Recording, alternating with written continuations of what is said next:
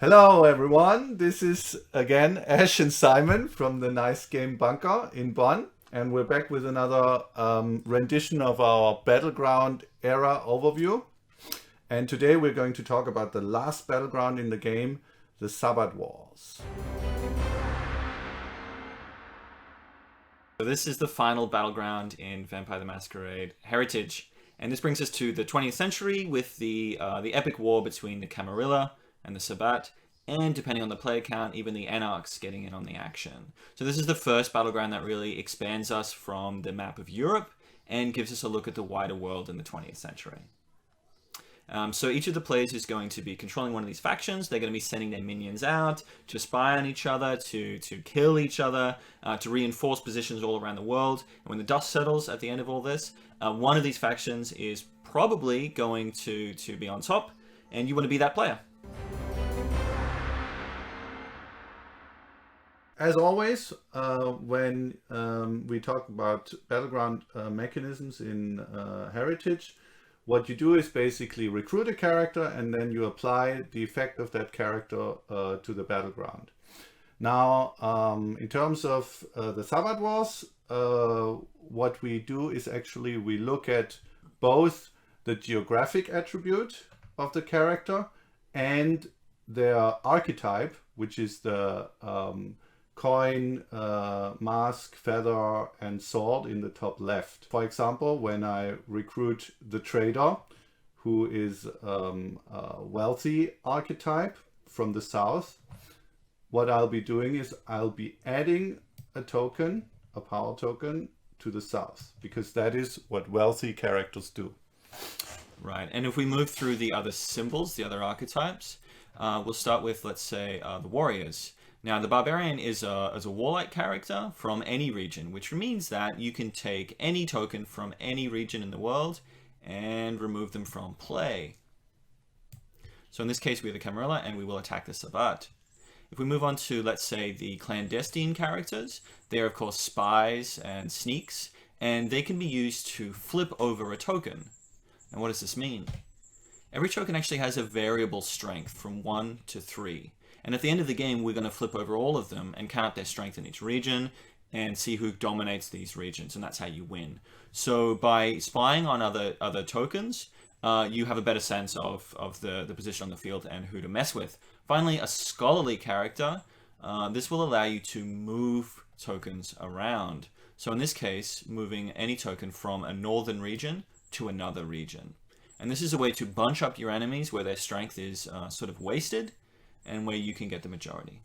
Right, and again, I really like how this ties in with the theme, because you have the wealthy characters providing the troops, you have the sneaky characters doing the reconnaissance, you have the warriors actually doing the killing, and you have like the strategists moving the pieces. Exactly. And finally, the setup, and I guess the battleground scheme is something we can go quickly into. The setup, players are randomly assigned a faction at the beginning of the game. Now, depending on the player count, that will either be simply the Camarilla and the Sabbat, or at 3 players, the Anarchs get involved as well. And the Anarchs want a stalemate.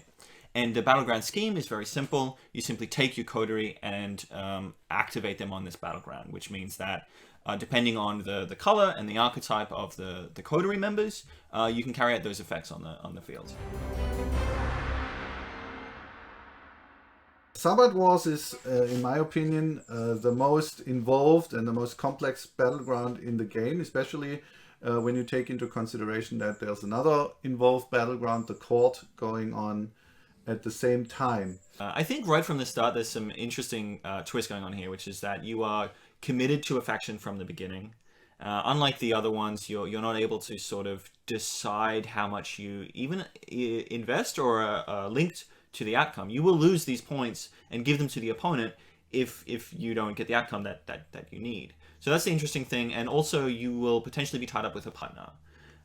And I think there it's kind of a free rider paradox where you and your partner both want to get these points for your faction winning, But if your partner invests, i.e., recruits characters and focuses more on this battleground than you do, well, then that frees you up to get points in the other battlegrounds and in the other ways. Right, and I mean, obviously that depends on the player count as well, whether that is an option or not. Talking about the player counts, I think it's also very interesting when it's a three-player game and you have the Anarch player coming in, who is basically only winning if no one else wins, which is another kind of interesting balancing act to consider. And we're always interested to see what players come up with to resolve these situations, right? And I think because of the dudes on the map kind of elements, there's more scope for kind of politics. You know, like you can directly say, "I will kill your guy." If you don't do this, or if you do this, or it's all about trying to, like all the battlegrounds, trying to convince the players that you're not the threat here. Right. You're not the bad guy. But the fact still remains that because you've got this fixed role, you have a natural inclination to just go in there and try to push your side because your side is clear. And actually, with these clear character actions that you have, you also have a very nice way to do that. Unlike some other battlegrounds where the impact is not immediately clear, here it's very clear. I can just remove this bad token with my warrior. I can make a coterie of warriors and activate it again and again to kill everyone and do this kind of planning. So that's a very satisfying feeling as well, which I guess isn't really necessarily strategy, but another thing that we can tell you about how this battleground plays. All right, that's it for our Battleground overview series. If you like the content, as always, it would be great if you give us a like, if you subscribe, if you share the stuff, or even pre-order the game, which you can also do following the link at the bottom of the video. We'll be back with more stuff, clans, characters, and so on and so forth in the next few weeks.